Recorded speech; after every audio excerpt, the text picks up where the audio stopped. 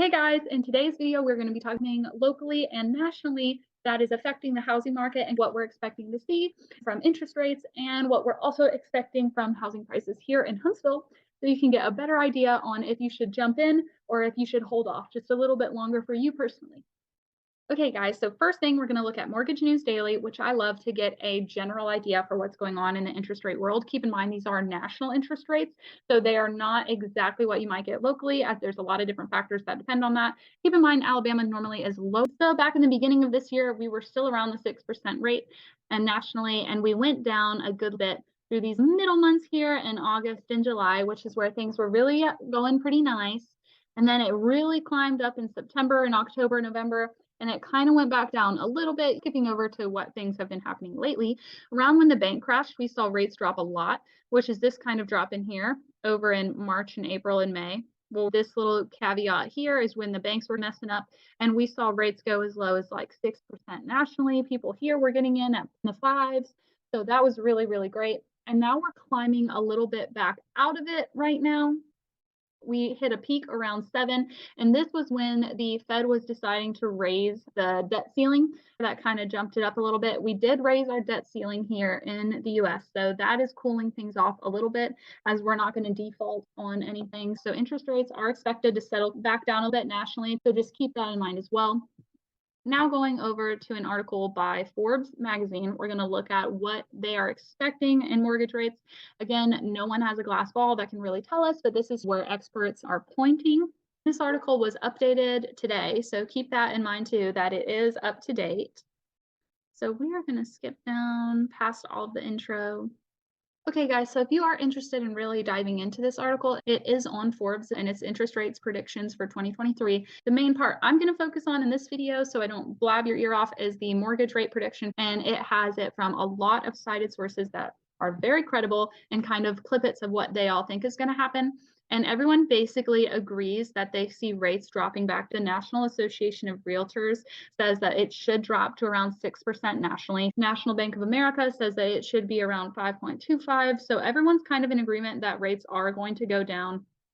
Some people argue that the fives aren't going to be seen nationally until 2024, but there's a couple people in here that argue that that can happen by the end of this year. But the grand synopsis is that rates are in fact going to continue to decline. There's always that possibility that they might not, but that's just not what the experts in these fields are saying. Okay, so this is what I was showing you in the last graph where it peaked up here recently. Like I said a little earlier, the Senate just passed a new debt ceiling bill to suspend the US debt limit, allowing the federal government to continue to fund its existing obligations such as Social Security, Medicare benefits, and tax refunds until January 1st of 2025. So now that we have the mortgage world covered and you understand what's happening there, I just want to say whenever the rates do come back down next year, you can refinance your mortgage rate to a lower rate after 6 months. Make sure you talk to your lender about it. You could do a temporary 2-1 buy down now, which is a fixed mortgage, but for your first year, you have a lower interest rate that the seller normally pays to have lowered. And then you can refinance at the end of that year and get a lower rate. So now we're kind of going to transition into why housing is appreciating so much despite interest rates and where we are expected to see it go here in Huntsville. So if we open this article from CNBC Business, it's going to talk about a major issue that is happening right now where the housing market is actually short 6.5 million homes. And we're seeing this nationally. Basically, this article is breaking down when COVID happened, we weren't building as many houses and we got really behind. And now boomers are buying up all of these houses and millennials and Gen Z are not having houses to buy. It is becoming unattainable. And because there is a lack of new construction houses, we are seeing a really high increase because our demand is so much higher than our supply that prices are skyrocketing. Here in Huntsville, our demand is huge, and we don't have a ton of new construction projects going on to offset this. So this article is really good if you're a nerd and want to geek about numbers and everything as well. So basically, if we look into what needs to happen to close this housing gap, we need to triple to keep up with demand. It is becoming really uncost efficient for builders to build as many houses as they need to. So we're not seeing a close in this gap that's happening right now. This is why there is such a lack of supply. And now jumping into our next article, Now jumping into our next article by money.com, we are seeing the other big issue, this thing that a lot of you are experiencing, which is where you're feeling trapped by your low mortgage rates. So sadly, what's happening right now is people got in during COVID and got 2%, 3% interest rates, which we probably won't see again, as those were made by the government pumping out money and everything happening. It wasn't sustainable. So it's not something that we really expect to see again. Now people have super low monthly payment that they've gotten used to, and they're now trapped into that starter house, which is crazy. So that is another reason we are seeing a low lack of supply, because not only are we not having the new construction coming into the market, but we're not having the pre-owned homes coming back into the market because they're all tied up with low interest rates.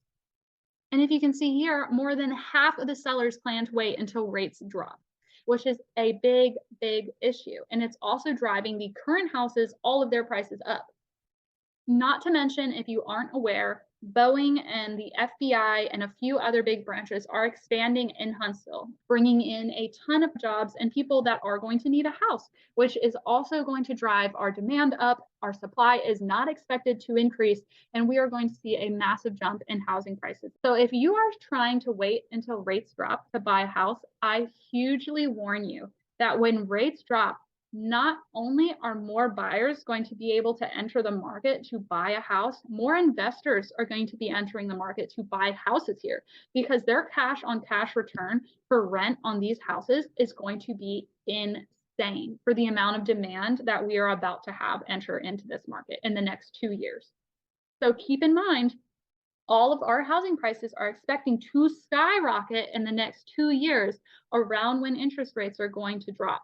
So you will be sitting very pretty if you get in now at a higher interest rate and refinance in 2 years when those housing prices skyrocket, because you can cash out refi and potentially get money back and a lower monthly payment. It is amazing. And I'm trying to tell everybody, overlook what your monthly cost is going to be now and think of it as an investment. There's so many options that you can really do that make that slightly higher monthly payment worth it in the long run. And I'm talking specifically in the Huntsville-ish area, because your potential for appreciation is huge.